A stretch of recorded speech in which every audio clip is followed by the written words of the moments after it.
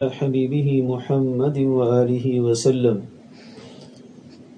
پچھلے دنوں کراچی میں جناب عرفان شاہ صاحب نے ایک تقریر کی، موضوع ختم نبوت کا تھا، لیکن ایک عرصہ سے جناب عرفان شاہ کی یہ عادت بن چکی ہے کہ کوئی بھی موضوع ہو ان کی تقریر ایک ہی ہوتی ہے، عقائد اہل سنت اور مسلمات اہل سنت پر حملہ کرنا۔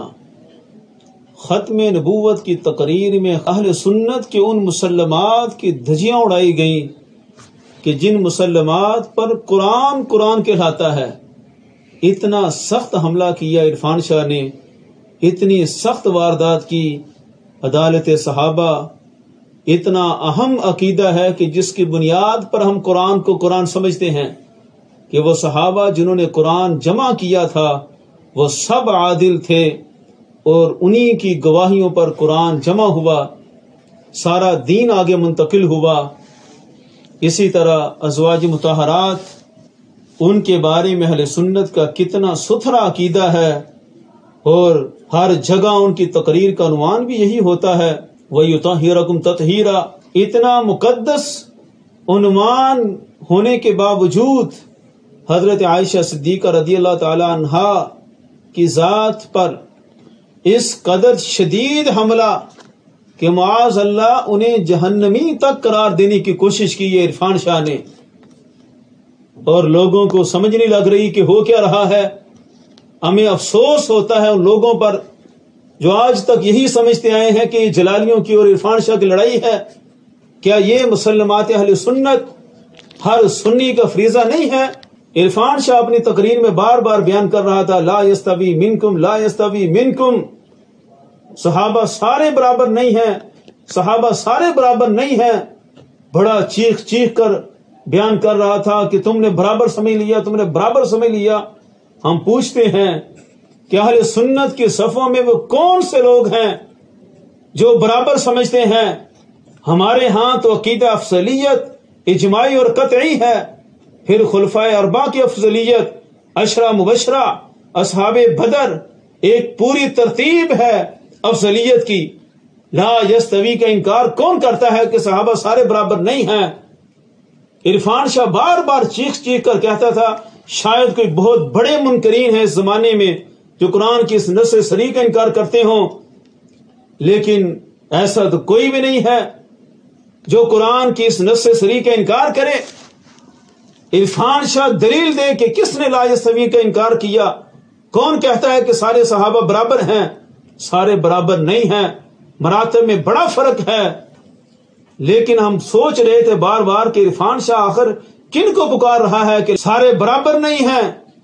بالآخر عرفان شاہ نے خود ہی اشارتاً، بلکہ ایسا اشارہ کہ ابلغ من التصریح بتا دیا کہ نہیں سمجھ آ رہی میری باتوں کی تو شاہ حسین گردیزی کی کتابیں پڑھو، تمہیں پتہ چل جائے گا لا یستوی کیا ہے۔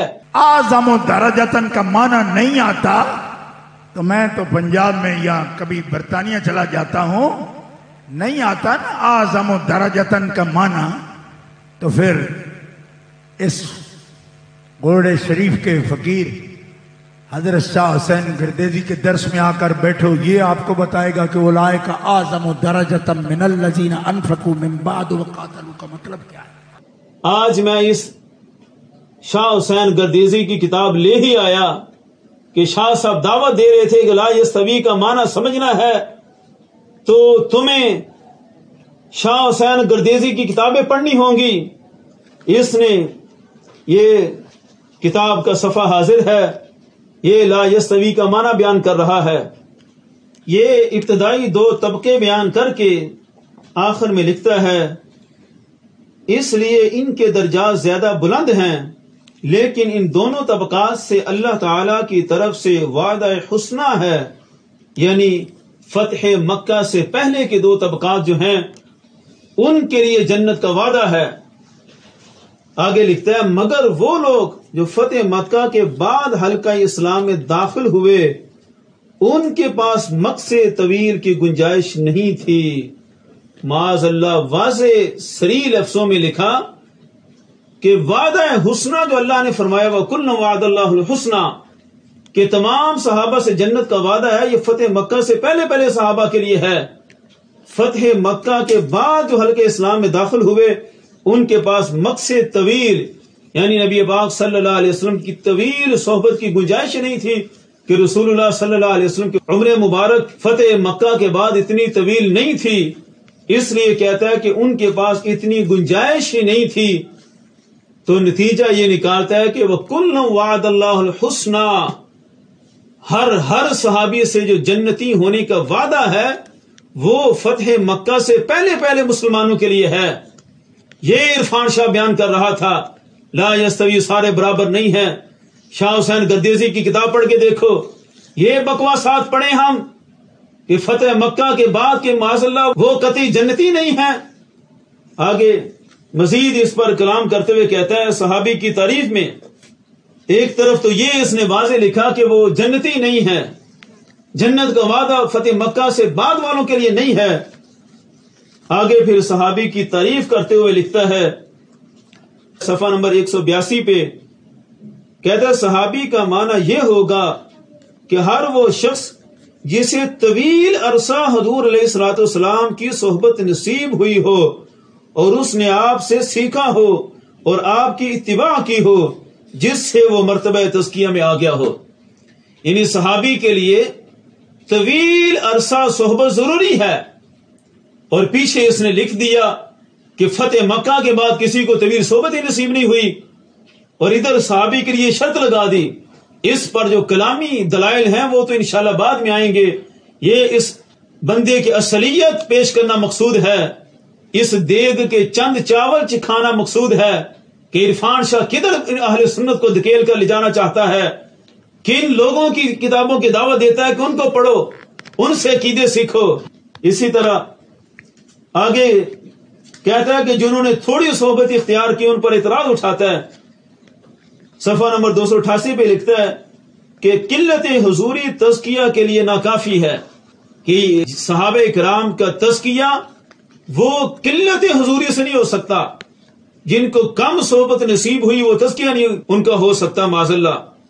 یعنی وہی بات کہ فتح مکہ سے پہلے بولے جتنے حضرات ہیں وہ صحابہ، اور فتح مکہ کے بعد جو حضرات ہیں ان کو قلت حضوری ملی، وہ زیادہ حاضر نہیں ہو سکے، لہذا ان کے لیے وہ احکام نہیں ہیں جو پہلے والوں کے لیے ہیں۔ جنتی کا وعدہ صرف پہلے والوں کے لیے ہے۔ یعنی پہلے تو کہا کہ وہ جنتی وہی ہیں، اور اگلی باتوں میں ان کی صحابیت پر بھی حرف لے کر آیا۔ ایسا بدبخت انسان کہ اب جو فتح مکہ کے بعد جتنے حضرات ایمان لے کر آئے ان کے صحابی ہونے سے انکار ہے یہاں پر۔ اس کے بعد عدالت صحابہ جو اہل سنت کا ایک متفقہ عقیدہ ہے کہ تمام صحابہ عادل ہیں، تمام صحابہ محفوظ ہیں، اس پر دلائل تو انشاءاللہ بڑے طویل ہیں جو آئیں گے، 14 صدیوں کے دلائل آئیں گے، لیکن فی الوقت ان کی اصلیت دیکھیں کہ کس حد تک یہ اہل سنت پر ظلم و ستم کرتے ہیں۔ عدالت صحابہ کے بارے میں فیصلہ سناتا ہے کہ وہ لوگ جو حضرت امیر المؤمنین علی رضی اللہ تعالی عنہ سے آمادہ پیکار ہوئے، وہ رؤیت و لقاء کے باوجود تجریح و تنقید سے مستثنا نہیں ہیں۔ یعنی یہ تو مان ہی نہیں رہا کہ وہ صحابی ان کو صحبت ملی ہے، الفاظ ہی لکھتے ہیں ان کو رؤیت اور لقاء یعنی دیکھنے اور ملاقات کرنا بس نصیب ہوا فتح مکہ کے بعد والوں کو۔ کہتا ہے اس کے باوجود تجریح و تنقید سے مستثنا نہیں ہیں، کہ ان پر جرح بھی ہوگی، تنقید بھی ہوگی ان پر معاذ اللہ، کیونکہ ان کی عدالت کو قبول نہیں کیا جا سکتا۔ یہ صحابت کلہم عدول پر واضح حملہ کہ جن صحابہ کی عدالت پر قرآن جمع ہوا، یہ کہتا ہے ان صحابہ کی عدالت کو قبول نہیں کیا جا سکتا، اس لیے کہ وہ الذین اتبعوہم بإحسان میں شامل نہیں۔ یعنی قرآن مجید میں جن کو کہا کہ احسان کے ساتھ جنہوں نے مہاجرین و انصار کی پیروی کی، یہ بعد والے ان میں شامل نہیں ہیں۔ اب اس پر اگلی بات بھی یہ ہے کہ اسی آیت میں آخر میں ہے رضی اللہ عنہم ورضوا عنہ، کہ سب سے اللہ راضی ہے. یہ فتح مکہ کے بعد جتنے حضرات ایمان لے کر آئے ان کو رضی اللہ تعالیٰ عنہ کہنے پر بھی اس کو اعتراض ہے. اب یہ ساری باتیں فتح مکہ کے بعد اول تو ان پر صحابی کے اطلاق پر ہی اس کو اعتراض ہے، اور پھر لکھتا ہے کہ وہ حسنہ کے وعدہ میں شامل نہیں ہیں. پھر جو صحابہ کے اس نے طبقات بنائے ان میں معاذ اللہ سب سے آخر میں حضرت امیر معاویہ رضی اللہ تعالیٰ عنہ اور دیگر حضرات کو رکھا، وہ الگ بات ہے. لیکن حضرت امیر معاویہ رضی اللہ تعالیٰ عنہ کے لیے ہی اس نے یہ سارے قواعد جمع کیے. اپنے من گھڑت عقلی ڈھکوسلوں سے اس نے یہ قواعد بنائے کہ کسی طرح سے حضرت امیر معاویہ رضی اللہ تعالیٰ عنہ کی شخصیت پر حملہ کرے. اس لیے ایک تو اس نے یہ تمہید بیان کی کہ فتح مکہ والے نہ تو حسنہ کے وعدہ میں شامل ہیں، نہ صحابیت کا لقب ان کو مل سکتا ہے معاذ اللہ، اور نہ ہی کہا کہ ان کی عدالت کو قبول کیا جا سکتا ہے. آگے جا کر لکھتا ہے 367 صفحے پر پہلے ایک عبارت پیش کر کے کہتا ہے اس کا مطلب یہ ہوا کہ صحابی کی عدالت بھی باطل ہو سکتی ہے اور بغاوت سے اس کا بطلان ہو سکتا ہے. یعنی صحابی عادل ہو بھی تو اول تو مان ہی نہ رہا کہ عادل ہوں. فتح مکہ کے بعد والے حضرات بنو امیہ والے اور بے شمار صحابہ اکرام ہیں. آگے لکھتا ہے کہ صحابی کی عدالت باطل ہو سکتی ہے اور اس پر کہتا ہے کہ بغاوت سے اس کا بطلان ہو سکتا ہے. یعنی صحابی میں اگر بغاوت پائی گئی تو پھر اس کی عدالت جو ہے وہ باطل ہو جائے گی. پھر نیچے آ کر لکھتا ہے حضرت امیر معاویہ رضی اللہ تعالیٰ عنہ کا نام لے کر لکھتا ہے کہ حضرت بحر العلوم نے حضرت معاویہ رضی اللہ تعالیٰ عنہ کے اس عمل کو بغاوت قرار دیا ہے، اور جمہور اہل سنت کی رائے کہ وہ خطا فی الاجتہاد کی وجہ سے ہوا ہے پر اعتراضات وارد کر کے یہ ظاہر کر دیا کہ یہ خطا فی الاجتہاد نہیں بس خطا ہے. یعنی واضح لکھا کہ خطا اجتہادی نہیں ہے اور معاذ اللہ خطا، اور آگے پھر بغاوت کا اس پر اطلاق پورا باب ہے یہاں پر حضرت امیر معاویہ رضی اللہ تعالیٰ عنہ کو باغی کہنے پر. حالانکہ یہ اصطلاحات کا فرق ہے عرف کے اعتبار سے، تو حضرت امیر معاویہ رضی اللہ تعالیٰ عنہ کو باغی قرار دے کر اس نے خاص طور پر حضرت امیر معاویہ رضی اللہ تعالیٰ عنہ کی عدالت پر حملہ کیا اور یہ ثابت کرنے کی کوشش کی کہ ان کو کسی طرح قبول نہیں کیا جا سکتا، ان کے ساتھ جنت کا وعدہ نہیں ہے. اب بات اس بدبخت کی یہاں پر نہیں رکتی بلکہ صفحہ نمبر 345 پر کہتا ہے کہ اہل جمل اور اہل نہروان کی طرح اہل صفین بھی اسی حکم میں ہیں کیونکہ وہ اہل بغاوت ہیں اور یہ بھی اہل بغاوت ہیں. یہاں بڑا قابل غور نقطہ ہے. ایک تھے اہل نہروان، خوارج کا گروہ جن سے مولا علی رضی اللہ تعالیٰ عنہ نے جنگ کی، انہیں قتل کیا اور انہیں بدترین فتنہ قرار دیا. اور ایک تھے اصحاب جمل جس میں حضرت عائشہ صدیقہ رضی اللہ تعالیٰ عنہ سے جنگ ہوئی، حضرت طلحہ حضرت زبیر رضی اللہ تعالیٰ عنہ شہید ہوئے، اصحاب شورا. اور ایک تھے اہل صفین جس میں حضرت امیر معاویہ رضی اللہ تعالیٰ عنہ قیادت کر رہے تھے. اب تینوں طبقوں کا ایک حکم نہیں ہے. اہل نہروان خوارج ہیں، یہ بدبخت کہتا ہے اہل جمل ہوں، اہل نہروان ہوں، اہل صفین ہوں، سب اہل بغاوت ہیں. یعنی معاذ اللہ حضرت عائشہ صدیقہ رضی اللہ تعالیٰ عنہ، حضرت امیر معاویہ، حضرت طلحہ، حضرت زبیر رضی اللہ تعالیٰ عنہم، ان سب کو خوارج کے ساتھ شامل کیا اور ان سب کو معاذ اللہ ایسی بغاوت کا مرتکب قرار دیا جو بغاوت خوارج نے کی تھی. اتنا بڑا ظلم صحابہ کرام پر. اب کہاں جائیں گے اس کے قواعد؟ پیچھے تو کہتا تھا فتح مکہ سے بعد والا کوئی عادل نہیں ہے، فتح مکہ کے بعد کسی کو جنتی نہیں کہا جا سکتا. حضرت طلحہ، حضرت زبیر رضی اللہ تعالیٰ عنہما، حضرت عائشہ صدیقہ رضی اللہ تعالیٰ عنہ، اہل بیت سے، یہ تو سارے فتح مکہ سے پہلے تھے. یعنی بعد میں اس کا اپنا قاعدہ بھی ٹوٹ جاتا ہے. اب اس کے نزدیک ایک ہی معیار ہے کہ جو بھی حضرت علی رضی اللہ تعالیٰ عنہ کی مخالفت میں آ گیا وہ معذرت سب سے جنت کا سرٹیفکیٹ چھیننا چاہتا ہے، سب کو باغی قرار دیتا ہے، اور یہ سب حضرات کو باغی قرار دے کر آگے لکھتا ہے یہ بات یاد رہے کہ ان اہل جمل، اہل نہروان، اہل صفین کو باغی کہنا حضرت علی رضی اللہ تعالیٰ عنہ کو فیصلہ ہے۔ کہاں سے اس نے یہ بات نکال لی؟ اب یہ ان سب کو باغی قرار دے کر اس سے آگے سب سے بڑھ کر بکواس کرتا ہے، کہتا ہے کہ باغی کا طویل فاسد کے ساتھ اصل حکم سے جہالت عذر نہیں ہوگا، کہ جنہوں نے بھی بغاوت کی یعنی پیچھے اس نے لکھ دیا، یہاں بھی اس کا یہ موضوع ہے کہ اہل صفین، اہل نہروان اور اہل جمل یعنی حضرت عائشہ صدیقہ رضی اللہ تعالیٰ عنہ، حضرت طلحہ، حضرت زبیر، حضرت معاویہ رضی اللہ تعالیٰ عنہم، یہ سب کو بیان کر کے کہتا ہے کہ طویل فاسد، یہ پورا اس کا ایک باب ہے طویل فاسد، کہ حضرت معاویہ رضی اللہ تعالیٰ عنہ کی جو اہل سنت کے ہاں خطا اجتہادی ہے اس کو نہیں تسلیم کرتا، کہتا ہے وہ فاسد طویل ہے، کہتا ہے طویل فاسد کے ساتھ اصل حکم سے جہالت عذر نہیں ہوگا، آخرت میں اسے عذاب ہوگا۔ استغفر اللہ العظیم۔ اتنے مقدس نفوس کو پہلے تو نفی کی کہ وہ حسنہ میں داخل نہیں ہے، جنت کا وعدہ نہیں ہے ان کے ساتھ، آگے لکھا ہے کہ ان سب کو آخرت میں جہنم کا عذاب ہوگا اور دنیا میں قتل کیا جائے گا۔ اب اس کی اپنی کھوپڑی کام نہیں کرتی کہ باغی کی جو سزا شرع نے مقرر کی ہے ان سب کا نام لے کر کہتا ہے یہ سزا ہے، یہ سزا ہے، تو پھر مولا علی نے یہ سزا کیوں نہ دی؟